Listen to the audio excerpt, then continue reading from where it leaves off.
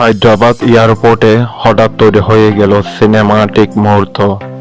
Mister Shakib Khan এবং বলিউডের নতুন সুপারস্টার রণবীর কাপুরের অপ্রত্যাশিত সাক্ষাৎ আলোচনার ঝড় তুলেছে সোশ্যাল মিডিয়ায়।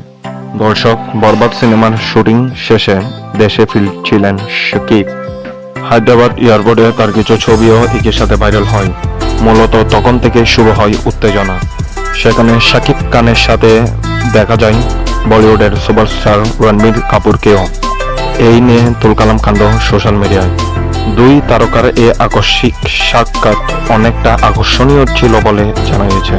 মূলত শাকিব এবং রংপুর রণবীর একে অপরকে খুব ভালোভাবেই চিনতেন, একই সাথে সম্মানও করতেন।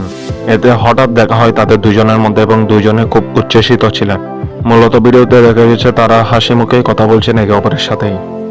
একই সাথে তাদের কথোপকথনের মধ্যে রণবীর কাপুর শাকিব খানকে বলিউডের কোনো সিনেমায় অভিনেতা করতে বলেছেন কিনা তা নিয়েও গুঞ্জন শোনা যাচ্ছে, কিন্তু মূলত এখন আনুষ্ঠানিকভাবে কোনো ঘোষণা আসেনি।